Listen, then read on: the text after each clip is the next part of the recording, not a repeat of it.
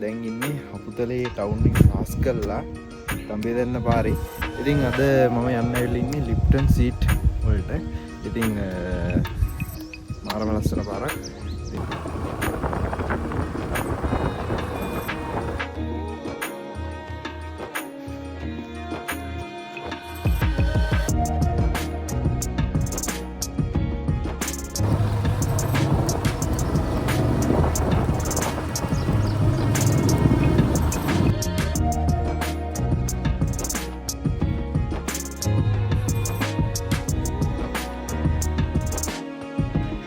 ඔයාලට පේනවද මෙන්න එතනින් හරියට වහිනවා.